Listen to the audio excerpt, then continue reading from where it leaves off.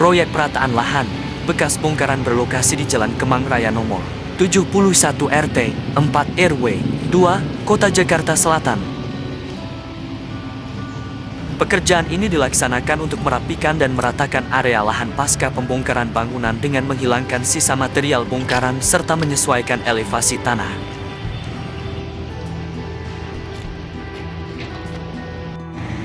Kegiatan perataan lahan bertujuan menciptakan kondisi lahan yang lebih aman, rapi, dan siap untuk digunakan pada tahap pembangunan selanjutnya sesuai dengan rencana yang telah ditetapkan. Untuk ibu, bapak, yang ingin menggunakan jasa kami bisa hubungi kami di www.cv Jaya Makmur Perkasa Brebes.